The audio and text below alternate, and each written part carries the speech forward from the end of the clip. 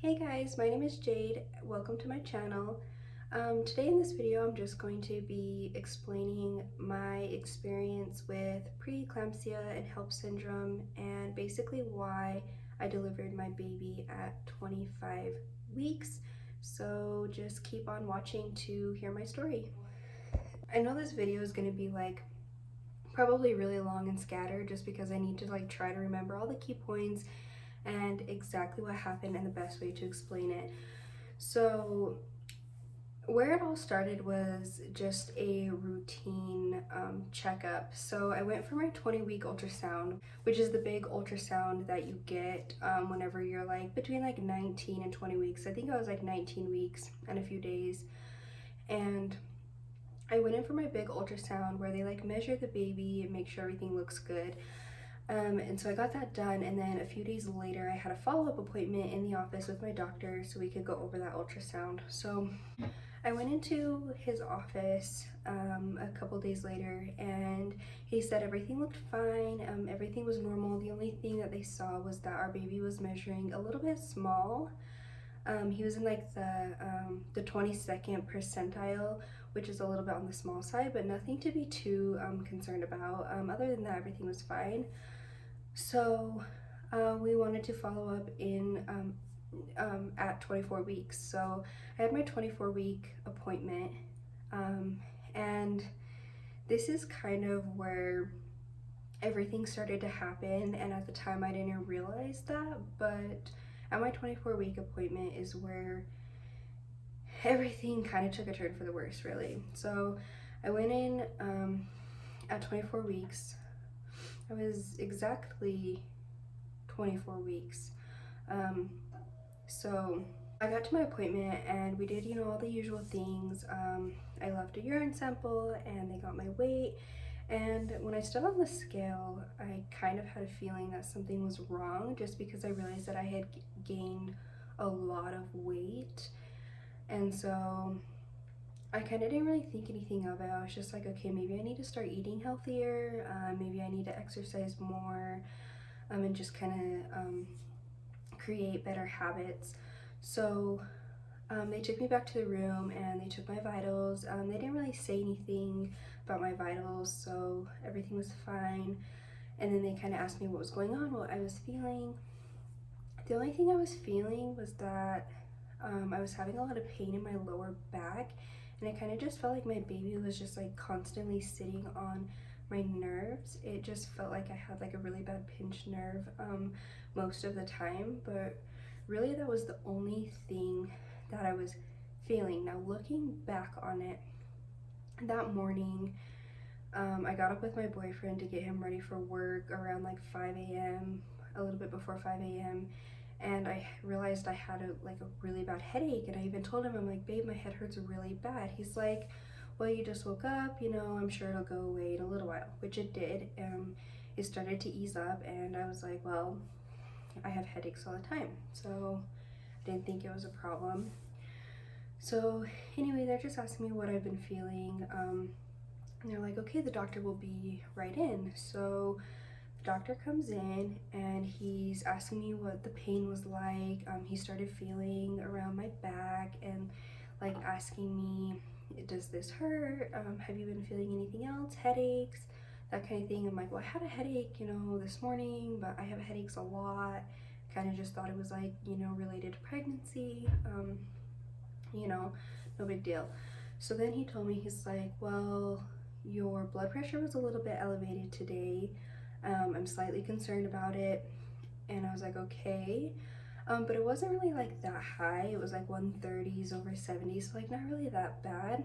But for me, my blood pressure runs really, really low most of the time. So for it to even be that high was kind of concerning a little bit. And then I asked him about my weight gain. I was like, I've gained a lot of weight. Is that okay? He's like, you probably should fit some more exercise into your schedule. I was like, okay, so basically just what I thought. I just need to work out more. But I was in my 24th week of pregnancy, so just a little over halfway, and I had already gained 30 pounds, which is really, you want to gain 30 pounds within your whole pregnancy, around there. So that was like kind of a lot to have gained only at my halfway mark, or a little over my halfway mark. So I was like, okay, you know, I'll start exercising more. And he basically told me that the amount of exercise I get during work just wasn't enough. So anyway, back to my blood pressure being high. He's like, your blood pressure was a little elevated, and I also found a little bit of protein in your urine, which like elevated blood pressure, like hypertension and protein in the urine is like the main sign of preeclampsia. So he's like, I think you're okay. Your blood pressure is not too high, but you might have preeclampsia. So I just want to be sure. I think you're okay, but I don't know. So he sent me over to the hospital to be monitored in labor and delivery. And I asked him, I'm like, how long am I gonna be there? Like, what is this gonna consist of? He's like, they're just gonna hook you up to the monitors. They're gonna monitor the baby and just check your blood pressure. They'll probably run it like every 30 minutes and kind of see how it's going. So you could be there anywhere from 24 hours to 48 hours. It might only be a couple hours. It just really depends. So I go over to the hospital and I check into labor and delivery, and they hook me up to the monitors, and I think I was only there for like maybe a little over an hour, and they took my blood pressure like 3 times, 2 or 3 times, and they're like, it looks fine. It is a little bit elevated, but not anything like too dangerous. So they sent me home, and they also sent me home with a 24-hour urine culture, which is basically just where you collect your urine for 24 hours and then they send it off to a lab.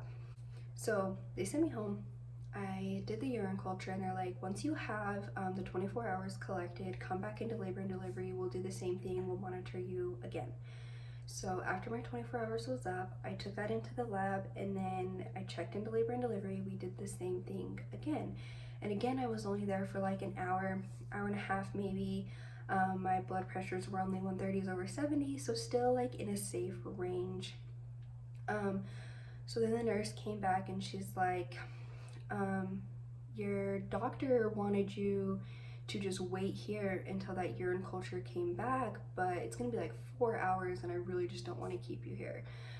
So they're like, go ahead and head home and follow up with your doctor in his office tomorrow. So I'm like, okay, so if they're sending me home, then everything must be like fine. Like if they feel safe with me like leaving the hospital, then everything was okay. So the next day I have an appointment. My appointment's at 1:30 and I'm scheduled to work at 2. So I'm like in my scrubs ready to go to work. And here I am thinking I'm gonna go into the office, he's gonna give me the results, everything's gonna be fine, and I'm gonna head to work. That is not at all what happened. So I go into the office, you know, we do everything we need to do, check my blood pressure. The nurse came in, she did my vitals. She didn't say anything about my blood pressure. So I'm like, oh, it's fine. You know, like false alarm. So she left and she's like, okay, the doctor will be right in. And then she came back like 5 minutes later and she's like, do you think I could check your blood pressure again? So I told her, yeah, that's fine. And she checked it again, and the only thing she said was, oh my gosh, I knew this was bad, and just like ran out. So I enter like instant panic mode because I'm like, well, what's bad? Why is it bad? What's going on? And she didn't even say anything. She just said that it was bad and she left. So I'm like super nervous at this point. Like I knew something was going on. And the doctor comes in, and one thing that like really threw me off is my doctor is super good with like staying calm and keeping his cool during situations, so I didn't feel like anything was wrong because he was being super chill about it. And he didn't act like anything was wrong, which is probably a good thing, you know, because then I would have been more freaked out. So what he told me that he wanted to do, I was like talking about how I had to go to work, and so we kind of needed to hurry, and he's like, yeah, you might want to call your boss and tell them that you're not coming. So I'm like, okay. So I text my mom, I'm like, tell my boss I'm not coming to work today because we work at the same place. And so I'm like, I guess I'm not coming in, I don't really know what's going on. So he's like, we're gonna do the same thing we did for the past couple days. We're gonna send you back over to labor and over to labor and delivery and monitor you again. And then we're going to try to get you scheduled for an appointment with maternal fetal medicine, which is basically just like a high risk specialist or high risk doctor for this, like for pregnant women, basically. So I was like, okay, so what I was thinking is that I was gonna go over to labor and delivery and be monitored for like an hour or two. They'd send me home and I would just kind of make my own appointment and just go whenever they had an opening on my own time. So I stand up and I'm like getting ready to leave the office and like get in my car and drive over to labor and delivery. And he's like, no, like you're not walking. So I'm like super confused because I felt fine. I didn't like, I wasn't feeling really sick. I wasn't feeling like I was in a lot of pain or anything. I'm like, no, I'm fine to walk. I can walk. It's okay. He's like, I really don't want you to walk. So he gathers two of his like, I think they were like students or nurses or something, and they get a wheelchair, and all three of them wheel me over to the hospital because, you know, the hospital is like right next to the office. So they wheel me over to the hospital. With COVID, you have to like check in through the ER. So usually you have to go in and like get your temperature checked, answer all the COVID questions, get a wristband, everything like that. Well, we get there, my doctor's like, we're not answering any of your questions. We're going straight back to labor and delivery. So that is like kind of the moment where I started to get a little more worried, like things were getting more serious. So she hurried and checked my temperature and just like threw me a wristband. She's like, it's fine, just go.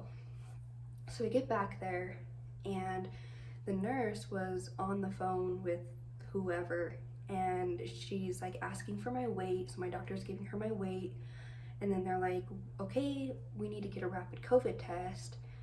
So I wasn't really sure why. I was like, well, they didn't do that the last couple of days I was here, like what's going on?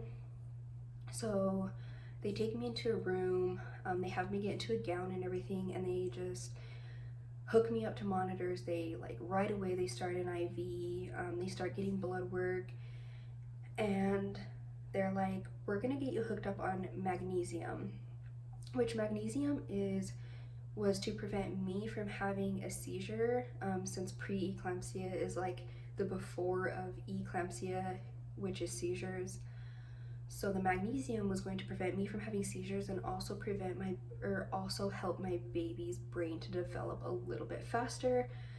Because I mean, I didn't really know this at this point, but they knew that my baby was going to be delivered early regardless, which again, like I did not know that at this point. I really had no idea what was going on.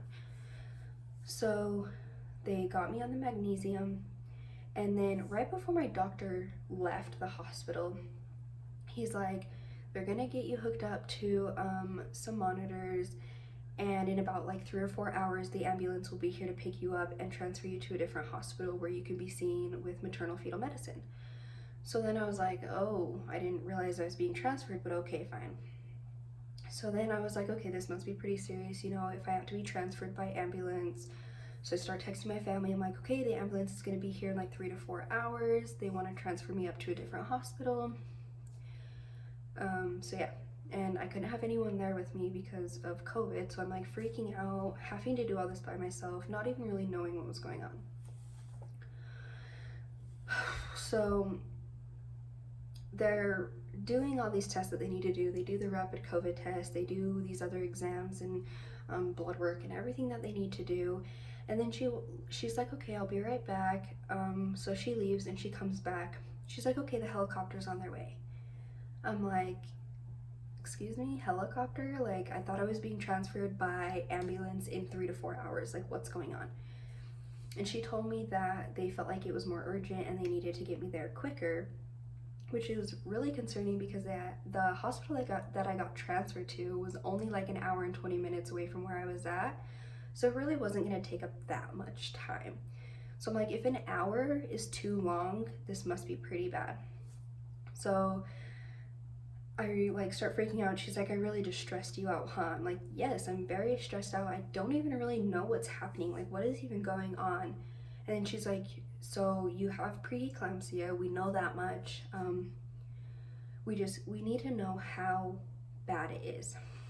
So I'm like, okay, I just need to call my boyfriend and like let him know what's going on. He's working underground. Like, I just need someone to like call him and let him know what's going on. So I text my sister. I'm like, please call my boyfriend, let him know what's going on, and like just tell him everything and like get him here as soon as possible.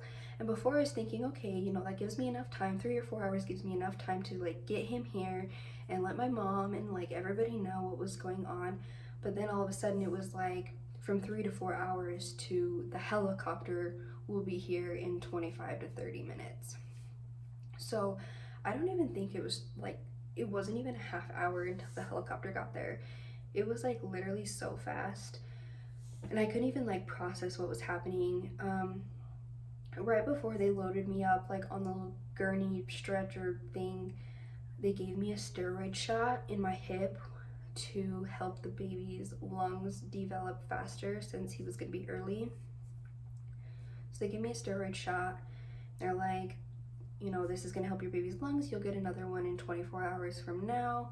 So they load me up onto the stretcher, and I felt really crappy because of the magnesium. It gave me like flu-like symptoms. I was really hot. I was burning up, and I had blankets on. I was so irritated because I was so hot. I didn't want to have anything touching me at all. So I'm feeling really bad because of this magnesium, and I'm also very anxious because I still don't really know what's going on. I'm scared. I couldn't have my mom or my boyfriend or anybody there with me, and just having to like experience this alone was really overwhelming, mostly because I couldn't really gather all the information and understand what was going on, and it was really hard. So we get on the helicopter, and I instantly started to like panic because it's a very small space and it was super duper hot in there, and I was so hot already, and I was just really irritated and anxious, upset, scared. Like, I was feeling all the emotions at this point. And they're like, we'll be there in like 25 minutes, you know, it'll be really fast. And like, thankfully it felt so fast. Like, it didn't even feel like 25 minutes, and I was so grateful for that because I was so uncomfortable being in that tight space. I didn't even care about the fact that I was like super high up in the air, that I was in a helicopter. I did not care about any of that. I just cared about, is my baby okay? Why am I so hot right now? Why am I in such a small space? And what the heck is going on? It's really all I could think about.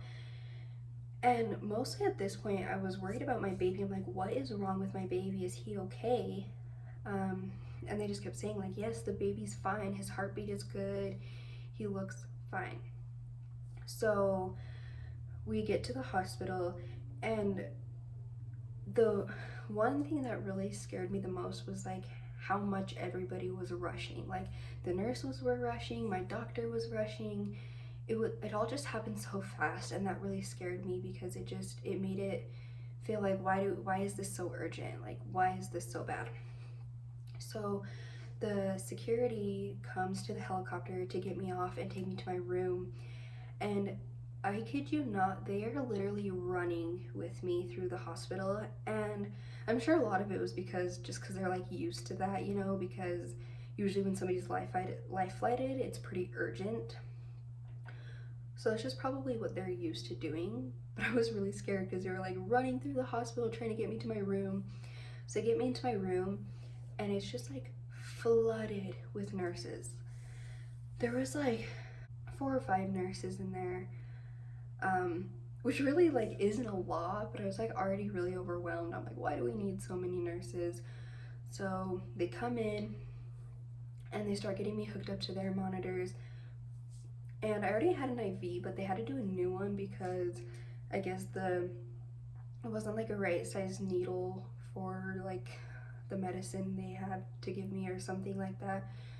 So they tried twice up here on my arm to do an IV, and both times it failed. And I had like this gigantic, like, I kid you not, like gigantic bruise from where they poked me. So finally they tried in my hand, and they were able to get one in my hand. So yeah, they got me all hooked up, and then everything kind of started to calm down. Like they gave me some blood pressure medicine, and then they kind of told me, you know, like, you're here because you have preeclampsia, and we need to be able to keep an eye on you. So everything kind of started to calm down a little bit, which made me feel a little bit better. And then at this point, my boyfriend and my mom got there. Thankfully, they let both of them in the room, which was really nice to have both of them there with me. So then they kind of explained what was gonna be happening. They're like, we're just gonna monitor you. We need to keep a really close eye on you. Your blood pressure was very elevated. You definitely have preeclampsia. So our you know, we're just gonna keep an eye on you. That's really all we're gonna do right now. So I kind of started to calm down a little bit at this point. I'm like, okay, it's not so overwhelming. It's not so rushed and stuff. So what day? It was Thursday now, and I was seen in maternal fetal medicine 3 times a week: Monday, Wednesday, Friday. And so the next day was a Friday. So I had an appointment with maternal fetal medicine that next morning. So that night, they just monitored me. They kept me hooked up. I was on bed rest because of the magnesium. I was only getting up to use the restroom. However, that was really scary because my legs were weak, and there was actually one time that I had collapsed trying to walk to the bathroom because the magnesium made me feel really weak and feel like I couldn't walk. So I was on bed rest for that whole first night. They had me on magnesium for 20, I think just 24 hours, and then they were able to take me off of it. So I can't remember if they started it again right after. I believe I was only on it for the 24 hours. So the next morning I had an appointment with maternal fetal medicine, and they looked at everything, and at this point they didn't really seem like too worried. Everything still seemed like kind of okay. They said that my fluid, I didn't really have as much fluid like in my around the baby as there should have been. So that was like one of the concerns they had.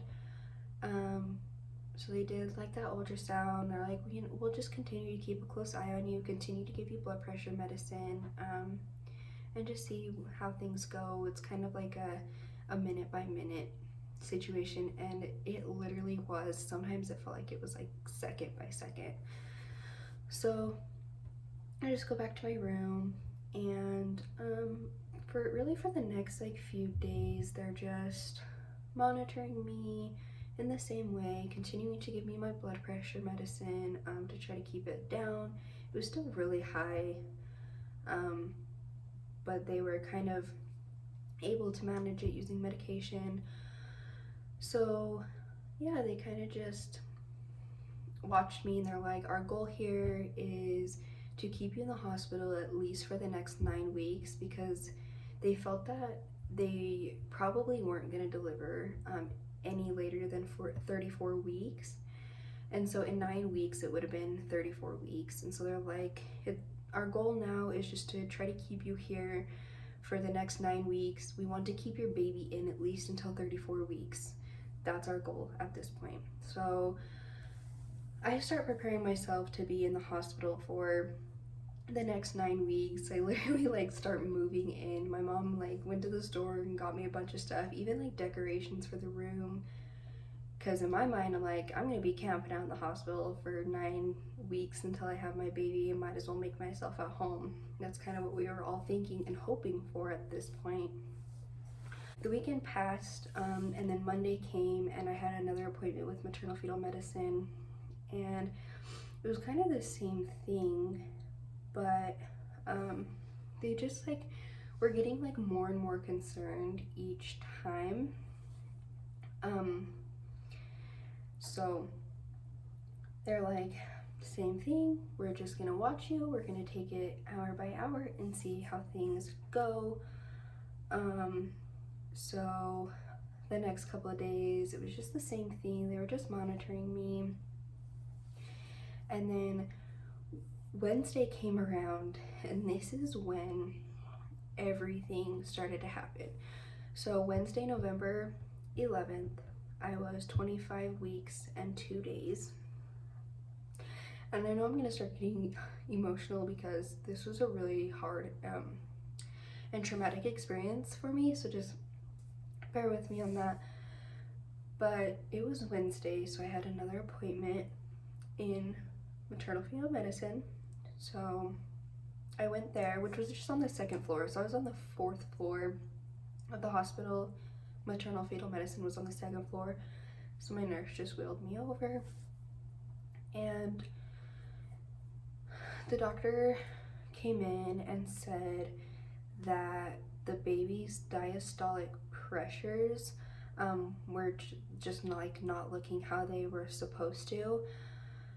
And so she's like, we just need to monitor this for like over the next hour and see what happens. So I go back up to my room, and at this point it had only been about 30 minutes, and the doctor came in and she told me that she had talked with the doctor in maternal fetal medicine, and they had decided that they wanted to schedule a delivery for that afternoon. Yeah, so I start getting like really worried. This was when I really felt scared. So I texted all my family and all of his family, and I'm like, they want to deliver the baby today, this afternoon. And it was like, let's see, it was like a little bit before 11. It was like probably 10 o'clock or like around there, probably like between 9 and 10 o'clock somewhere. So I'm telling my family, they're gonna deliver the baby today. We're scheduling it for this afternoon. So I feel kind of okay because I'm like, at this point, my mom and my boyfriend had left to go back to work.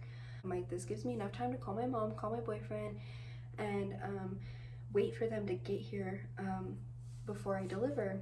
So I asked the doctor, I'm like, can we wait for my baby's dad to get here and wait for my mom before we do this? And she's like, yeah, I think we have plans for making it like around 1 o'clock or sometime this afternoon, so that should be fine. Let's call them and get them here, and then we'll work around it. So I'm like, okay, great. So again, I have my sister call him. So my sister called him, let him know what was happening. He got here as soon as he could. But the doctor came back in about 5 minutes later, and she's like, I really hate to tell you this, but we can't wait. So I broke down. I'm like, oh my gosh, why? She's like, it's really important that we deliver this baby as soon as possible. So she's like, I just called the anesthesiologist. He will be in any minute to talk to you about what we're gonna do next. So he came in, he explained everything to me, how the anesthesia would work with like the spinal tap epidural thing or whatever. I signed a consent form, and then they took me to the OR, and I was terrified because, first of all, I had never been pregnant before. I'd never delivered a baby. And not only that, I got pregnant on birth control, so being pregnant wasn't really what I expected. And so already having like an unexpected pregnancy on top of going through something like so serious, I was really scared and didn't really know how to feel about it. So the only people I had was the doctor, the nurse, and the anesthesiologist in there with me. So the nurses were so great. And the nurse was standing in front of me, and she was holding my hands while I got the spinal tap and just telling me basically how tough I was and how awesome I was doing. Surprisingly, the epidural or the spinal tap really wasn't painful. I mean, it was just a little pinch, but it felt fine. I think a lot of it was because I was just worried about other things and my adrenaline was going, so it didn't really feel that painful. So they finished the spinal tap. She proceeded with a C-section, and then, a little bit later the baby was delivered, and I heard his little cry. Super cute. Um, Obviously, I couldn't see him right then. I couldn't hold him or anything. I just heard his little cry, which was really, really, really reassuring. So they finished everything and they took me back to my room. And my boyfriend called me and he's like, okay, where are you? Like, are we getting ready to have him? And it broke my heart to have to be able to tell him that his baby was born and he didn't get to be there. So, okay, I had to try to pull myself together a little bit, but I told him that he was already born, and I could tell that he was, really upset. He's like, they didn't wait. And I told him, I'm like, no, they wouldn't wait. I'm sorry. So my mom got there as well. And I had texted my family and let them know what time he was born. So my baby was born on November 11th, 2020 at 11:33 a.m. and he weighed 1 pound 2 ounces and he was 11 inches long. So he was literally the tiniest baby I've ever seen in my life. So the nurses came in and they told my boyfriend that they would take him over to the NICU to see him while I was still recovering from the C-section. So they went over there and they weren't quite ready for him to be seen yet. So they just came back and then they took us both over. They just wheeled me over in my bed and he came as well. And I know that this happened, but I don't really remember it that well. I don't really remember it happening actually going through going over to the NICU and seeing my baby. I don't really recall very much. So they told me that whenever the anesthesia, the numbness wore off, I would be able to go down to the third floor, which is the mother baby floor. And so yeah, I stayed until my body wasn't so numb anymore, and I went down to the third floor. And then they're like, okay, now at this point, it's just allowing you to recover from the C-section, and in 2-3 days you'll be able to go home. And at this point it had been 6 days, so the 6th day that I was in the hospital I delivered him. And so yeah, we were just waiting for me to kind of heal a little bit more and be ready to go home. So we were just going back and forth between my room and the NICU to see our baby. It was very scary. He was very tiny and fragile, and his skin was see-through. We could see through his skin, and it was just really overwhelming and nerve-wracking. Just seeing our baby that small, and just thinking about all the possible outcomes. I had talked to the doctor when we had discussed delivering, and I asked her what his chances of survival would be if we delivered this early, and she told me that there was a 50% chance that our baby would survive. So it was very scary. I think we both felt pretty okay at this point because we knew that everything was okay now. Our baby was safe. He was definitely safer outside of my body than he was inside, because my body was too unwell to carry him. So I felt a little sense of relief at that point. So I was down on the third floor and I was able to get up and move around more, which was really nice. So it was Friday, the next Friday. It was getting close to being discharged actually, because it had already been 2 days and I had intentions of being discharged on Saturday. So on Friday, my boyfriend had just left, and I remember right before he left I started experiencing chest pain, and so he's just asked me if I was okay. I'm like, yeah, it's fine. So he left, and I kind of thought that it was heartburn at first. It kind of felt like heartburn. So I told the nurse, and she's like, yeah, like usually women is like especially women who have C-sections tend to experience some heartburn. So let's give you some heartburn medication and see if you start to feel better. So it literally got so much worse. Like, I just can't even imagine how I was in that much pain. So it just got really, really bad. I called my nurse. I'm like, it's so bad. I don't think it's heartburn. I cannot handle it. So they ordered an EKG. And my mom was like coming in the same time as the EKG people. So I was like really thankful.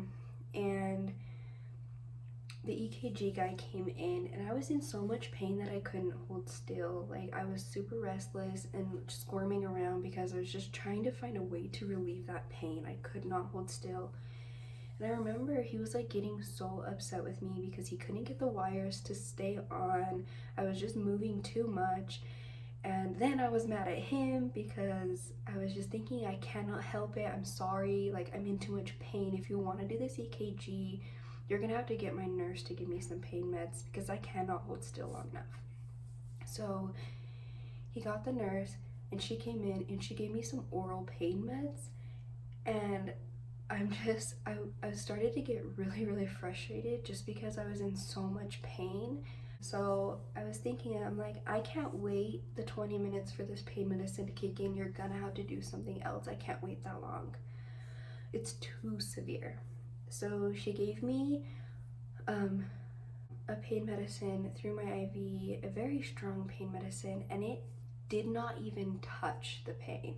It didn't even relieve it in the slightest.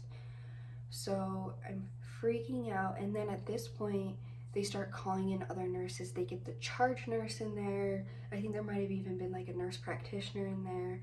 They just start like calling everybody to come in. So I'm surrounded by nurses. My mom's standing at the end of the bed. And I just remember I kept looking at my mom, and I'm like, please help me. Please do something. I need something stronger than medication. This medication isn't enough. Please do something. So I told the nurse, I'm like, you have to do something else. This pain needs to go away. I can't do it. So they gave me a shot of morphine into my thigh that went like straight into my muscle. And they told me that it would take like 2 to 3 minutes for that medication to work.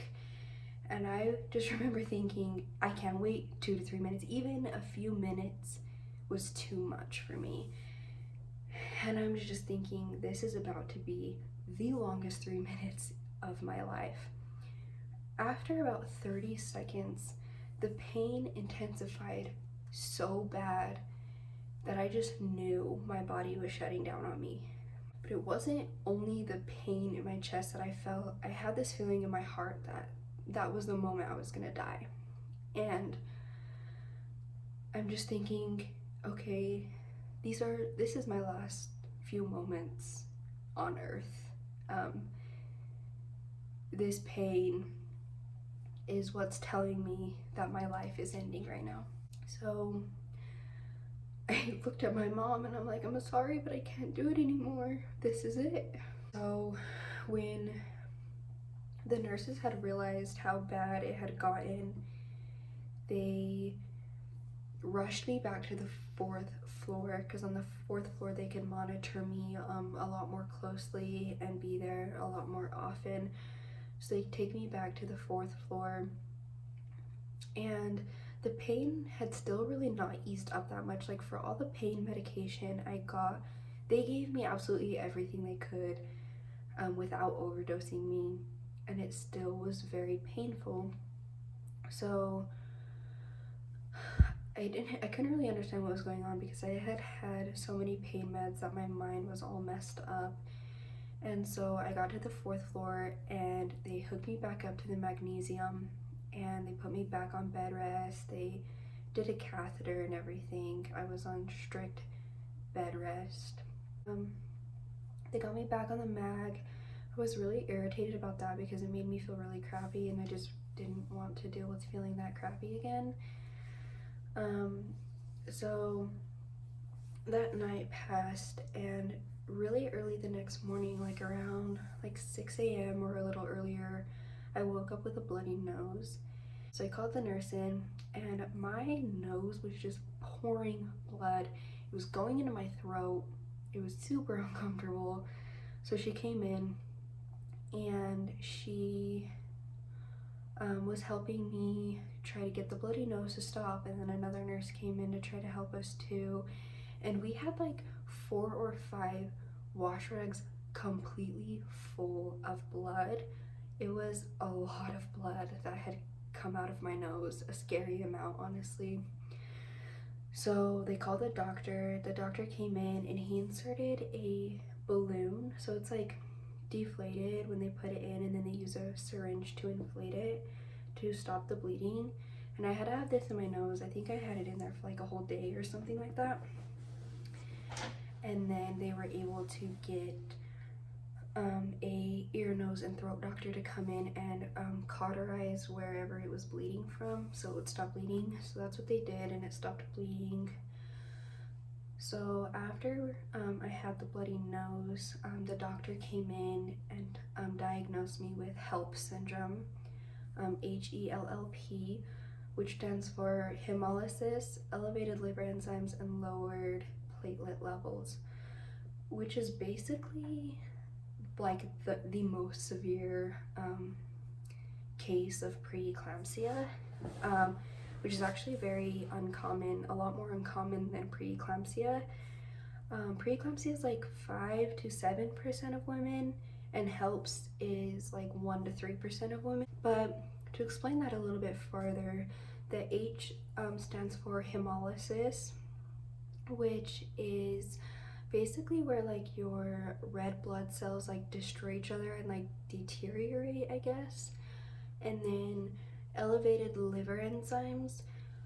So I looked it up because like the doctor never really told me what the normal was, but I looked it up, and it said that the normal range for your liver enzymes is anywhere from 10 to 70, and mine were 2,000. They were dangerously elevated, and that's what was causing that chest pain. It was causing my liver to be inflamed and cause a lot of pressure. So then lowered platelet count or lowered platelet levels. So your platelets are the thing in your blood that causes your blood to like clot. So if you get a cut, what allows it to stop bleeding and like scab over is your platelets in your blood. Well, the normal range of what your platelets should be is anywhere from 150,000 to 450,000, and mine were at 16,000. So again, very dangerously low, which is also what caused my nose to bleed, because I didn't have anything for my blood to clot, so it was just pouring out, and also what caused me to bruise because my blood was just like spreading out under my skin to cause all the bruises that I got. Every time I was poked, I got a really bad bruise, and even every time the blood pressure cuff would tighten, I would get a bruise from it. And every time I was poked, and so they would come in twice a day to do blood work, and my enzymes were just really high, and my platelet count was really low. So my platelet count didn't start out at 16,000. It was kind of like it went to like 100,000, and then when it went down to 80,000, and then like 50,000. So it was like progressively getting lower and lower. And then it dropped to 16,000, which is when they started to really kind of freak out about it. They kept doing blood work. They found that my platelet count was at 16,000. So this is when they decided that I needed a transfusion, a platelet transfusion. I think it was like 2 bags of platelets through my IV, and it just looked like a yellowy, like milky substance. It was kind of weird. And then they were also giving me, I think it was a steroid in my IV every 24 hours for like, I think they only ended up doing it for like 2 days, I was still on the magnesium, and then the magnesium was up after 24 hours. So after the transfusion, they checked my platelet count, and it started going up and up, and it got back up to like 70,000, and then I was finally able to get off bed rest. I was able to have the catheter out and be off the magnesium. And that next day, or that same day that I got off bed rest, they decided I could go back down to the 3rd floor.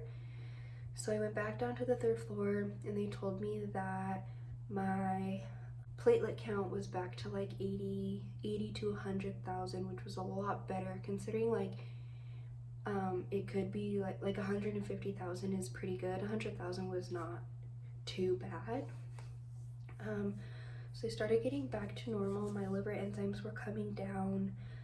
My body was kind of starting to recover from all that, and it was now just kind of giving it a couple days to make sure, and then they were going to discharge me. So I was on the 3rd floor for just a few days before they decided to discharge me.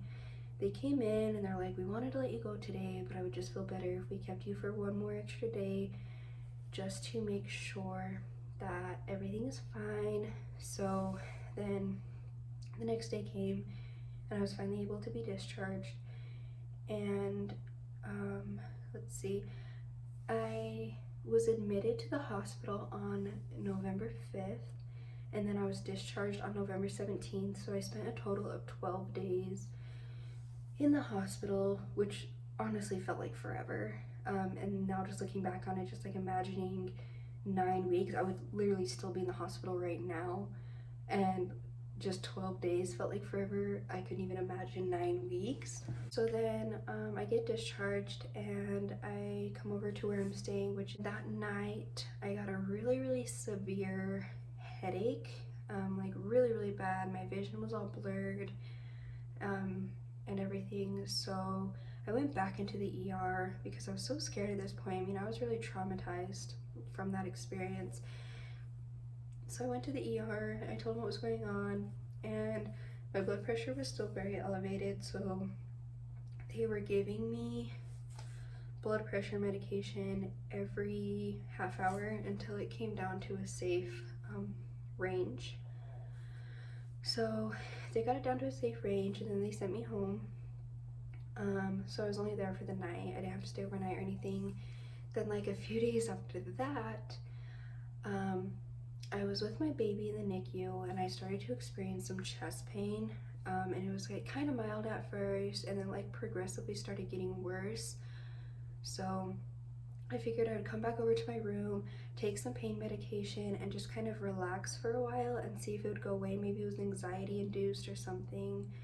So I got back to my room, and I was just walking over from the door to the bed, and the pain got so severe I collapsed because like my body couldn't hold me up because the pain was so bad. So then I got scared because I'm like, what if I messed up my incision or something? So I called my mom. I'm like, I just fell, my chest hurts so bad I couldn't even stand, I don't know what to do. So she told me to see if there was somebody else like staying in the building that could like drive me to the hospital. But the thing of it was is I couldn't even like stand up to get to the door in order to try to find somebody, and like I didn't even know how to call the front desk or if somebody would even be at the front desk. So I'm like, I might need to call an ambulance. I don't know what else to do. I can't walk. I definitely can't drive over to the hospital, even though it's just across the street. I'm like, I might honestly just need to call an ambulance. So she's like, rest for a minute, check your blood pressure, try to get to your pain meds and see. And then I was in another situation where I was thinking, I can't wait even 20 minutes for the medication to kick in. So I don't know, the pain was just too bad. It wasn't quite as bad as it was feeling when I was in the hospital, but it was still pretty intense. So I got off the phone with my mom. I called my sister. I'm like, I might need to call an ambulance. Like, my pain is so bad in my chest and everything like that. So my mom ended up calling the ambulance for me, and I couldn't even get to the door to like let the paramedics in. So she was like talking to me on the phone, and she's like, the patient doesn't believe she can get to the door to let you guys in. You might need to find somebody to come unlock the door because it's just like a motel room, so it's like locked from the outside. So I'm literally army crawling across the floor to get to the door, and I finally am able to like fling the door open, and the paramedics come in, and they have like a portable EKG. So they did an EKG, they checked my blood pressure, they checked all my vitals, and they're like, we're not seeing anything that's like really jumping out at us. You seem pretty safe, but if you'd like, we can still take you over to the hospital to get you checked out a little better. So I'm like, yes, because there's a lot more tests they can do. They can do blood work. So they get me over to the hospital, and they get some blood work, and they give me some pain medication, and then they did a CT scan of my chest. And the doctor came in, and he looks at me, and he's like, we really thought you had a blood clot. And he's like, but fortunately you don't. So I'm like, oh, thankfully. Like, I was so nervous because after you have surgery, like, you're very high at risk for blood clots, and just like everything I experienced just put me at a pretty high risk for that. So he told me that there was just some excess fluid around my lungs, and my liver was still a little bit inflamed, causing some pressure. So they gave me like a really strong anti-inflammatory, and they just told me to take a strong dose of ibuprofen to get that swelling down. So that's what I did. And then finally, within like over the next couple of days, my body started to feel a little bit more normal. The pain started to ease up. I didn't return to the ER after that, and my body started returning to normal. And then I had appointments with my OB every week just to make sure, and he was checking my blood every week to make sure that my levels were still at a good normal range, which they were. So yeah, after that last experience in the ER, everything was starting to go back to normal, and now I'm 2 months postpartum, and my body is recovered for the most part. My baby is still in the NICU. He's now weighing 3 pounds, so he's getting big. We're probably looking at about another month with him in the hospital, but I'll definitely keep you guys updated on our journey through the NICU with him and everything like that. So that basically wraps up my story and my experience with preeclampsia and HELLPS syndrome. It was very traumatic, but I couldn't have asked for a better outcome. I was definitely blessed. God played a huge role in my recovery. And it's really crazy because it really shouldn't be possible that I'm alive. My recovery from that whole situation is kind of outstanding and incredible. So I'm very thankful. All my friends and family have been very supportive throughout this whole journey for us. So I'm very thankful for that. So I hope you guys enjoyed this little story time, and I will definitely be continuing to post about our journey with the preemie baby and our NICU experience and everything like that. So if you want to see those videos, just be sure to stay tuned and give this video a like. Thanks guys, bye!